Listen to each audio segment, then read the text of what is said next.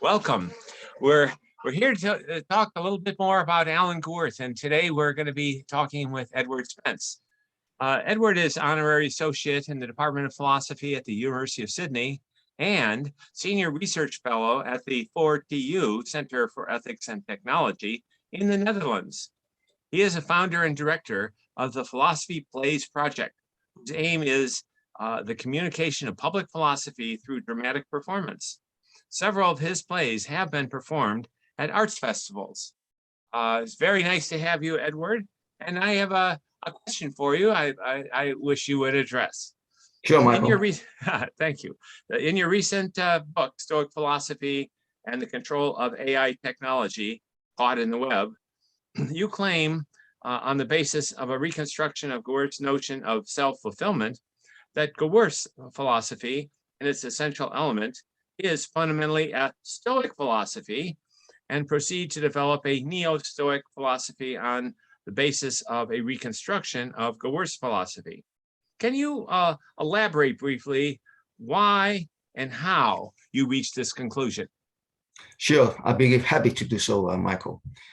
The idea actually of comparing Gewirth's philosophy with the Stoic philosophy arose back in 2001 because at the time I had a 6-month sabbatical, and I went to Chicago to see Gewirth, Alan Gewirth, and talk to him about my new book that was coming out at that time, Ethics Within Reason, a neo-Gewirthian approach, in which in chapter 10 of that book, Ethics Within Reason, a Gewirthian approach, I raise this issue in chapter 10 that there is a significant similarity between, or analogy one could say, between Gewirth's philosophy, and in particular the philosophy,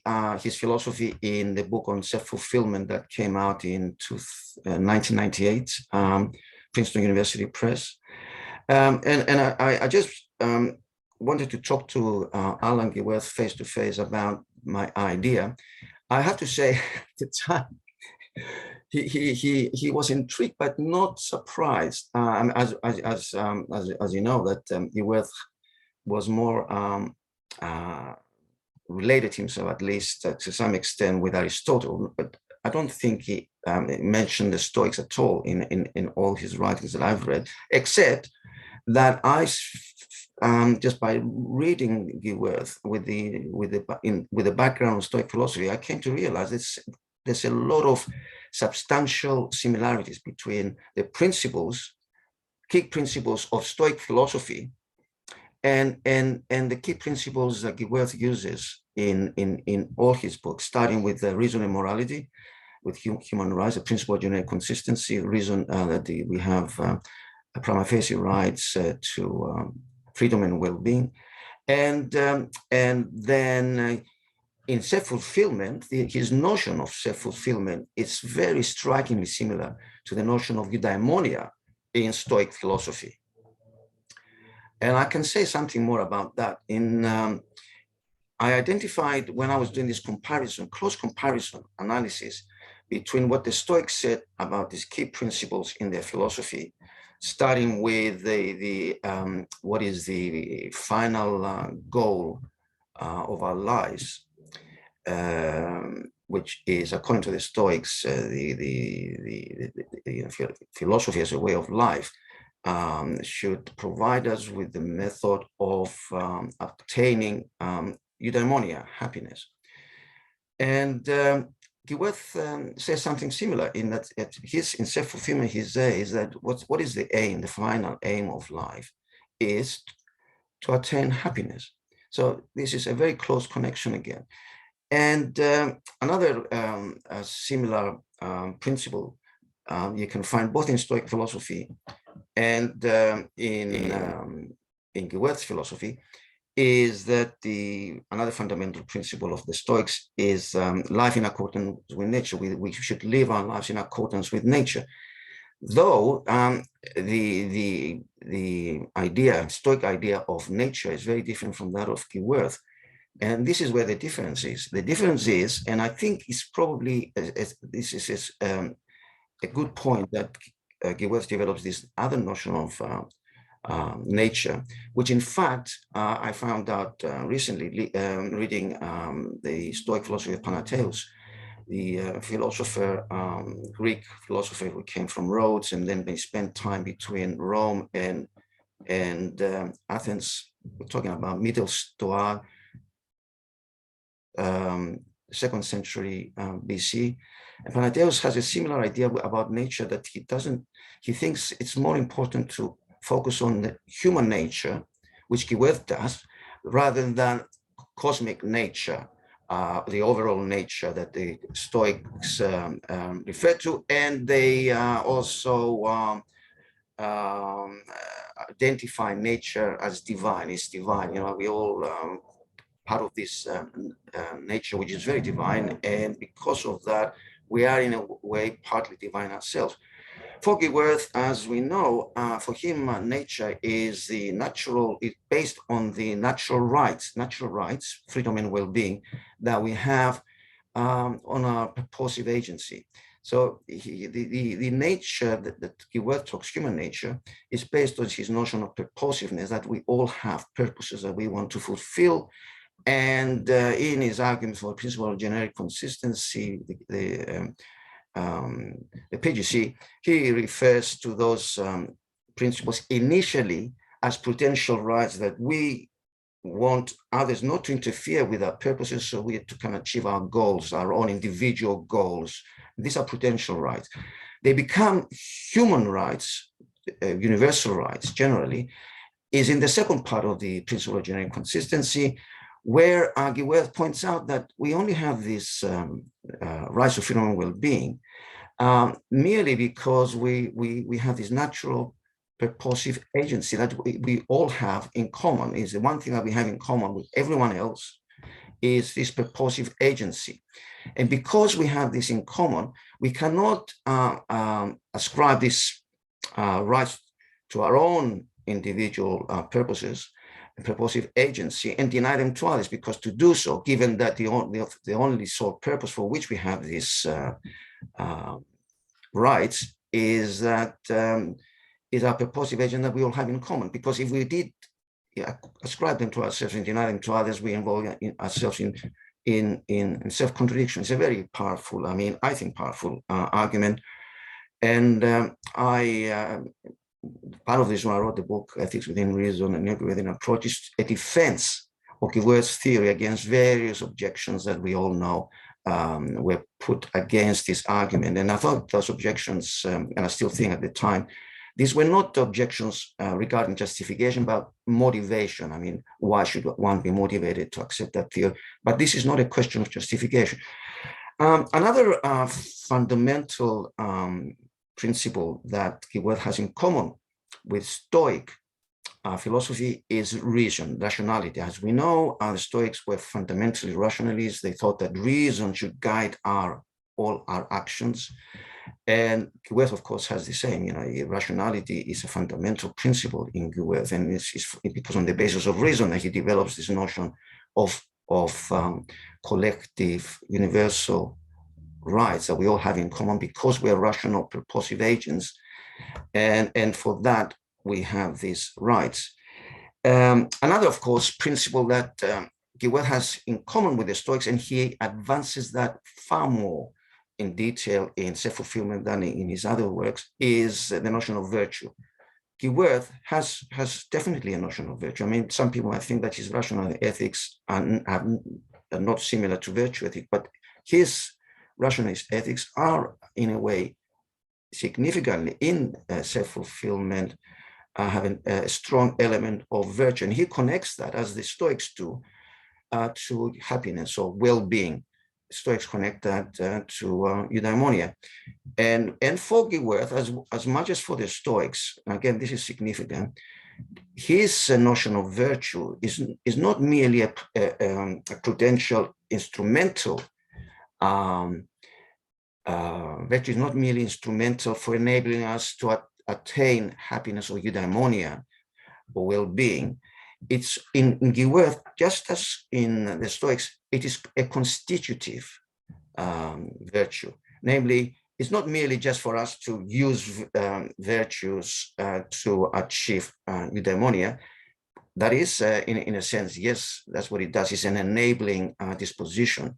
But at the same time, because once we start living a virtuous life, it becomes part of our characters, a second nature, as I think Gewirth puts it. So it's a constitutive part of humans once they start living a life of virtue for the attainment of happiness, eudaimonia. Maybe for the Epicureans, it's not clear, but it could be. One could argue that for the Epicureans, it's an instrumental reason for attaining eudaimonia. But for the Stoics, certainly, it's a constitutive virtue that we acquire through living virtuously. Another important principle, again, very central, fundamental to Stoic philosophy, is the principle of ikiosis, or this is pronounced in modern Greek. It's probably in ancient Greek would be oikiosis. Oikiosis is familiarization, adaptation to ourselves of how to behave for the promotion of our own purposes. For whatever we want to do. I mean, for example, children, when they're growing up, they're mostly interested in themselves, in developing their own hedonic pleasures, what gives them pleasures or desires, and that applies to human beings generally. But as we go on and becoming more socialized, we start basically acquiring this other notion, which comes through oikiosis, namely that just as well as we have these self-regarding desires, mostly hedonic initially, but as we become socialized, then we realize that other people have the same, if you like, consideration, not for themselves only, but for others as well, because we live in a social environment. And that's oikiosis. Now, and it's that at that point that we develop, through virtue, as a constitutive virtue, initially maybe as merely instrumental, but then becomes constitutive, part of our character, second nature, we acquire a strong notion of morality. And through that, then we can attain eudaimonia based on this strong notion of morality, from which it becomes part of our nature. And the other important thing is that this, in a way, requires a kind of transformation. It's a self-transformation. You know, the oikiosis is a self-transformation of an individual who starts with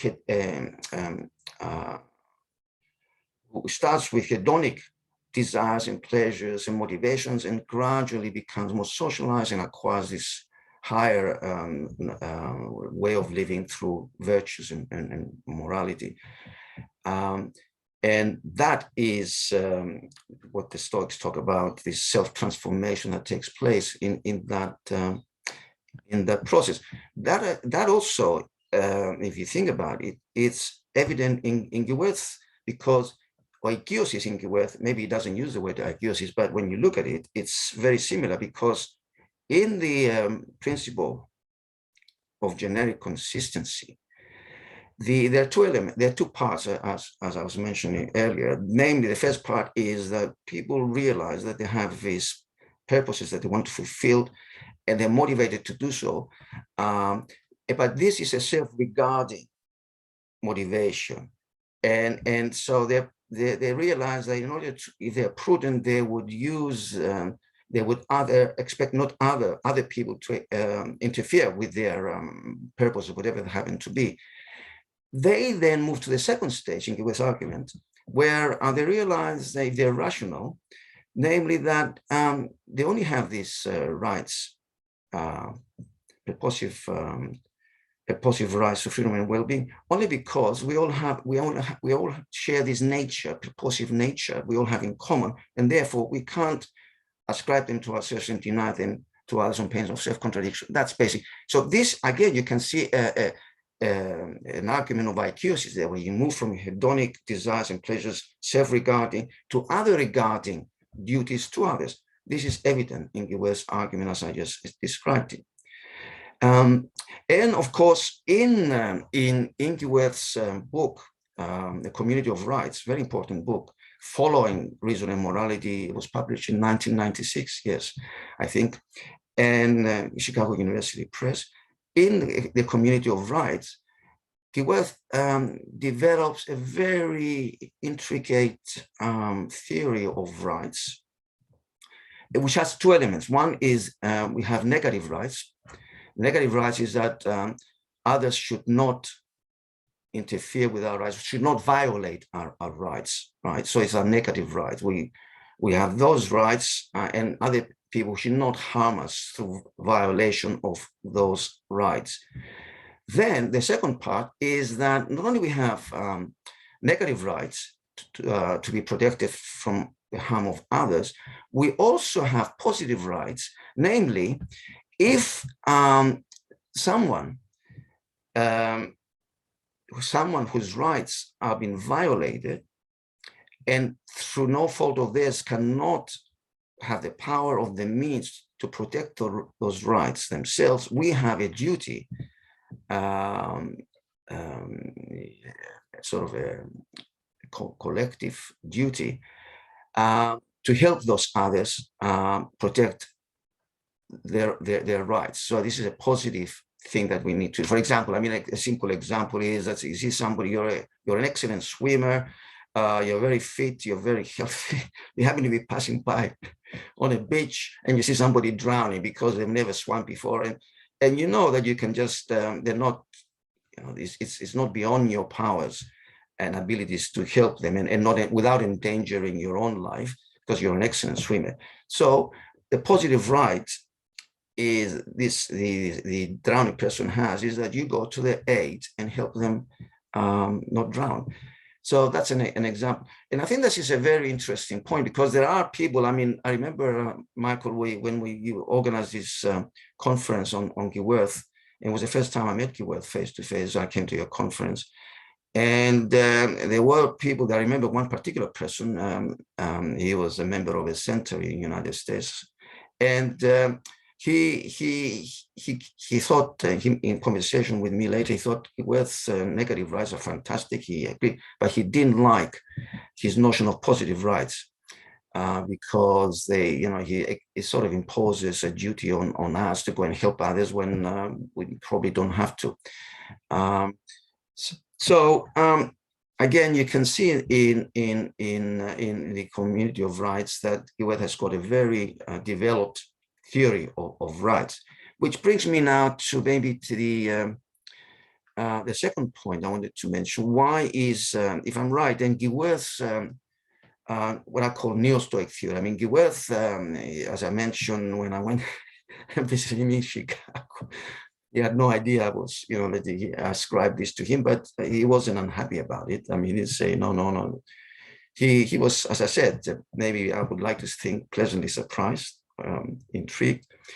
In any case, so I reconstructed Gewirth's argument to show that Gewirth, in many ways, it had strong similarities, analogies with Stoic philosophy. So I call this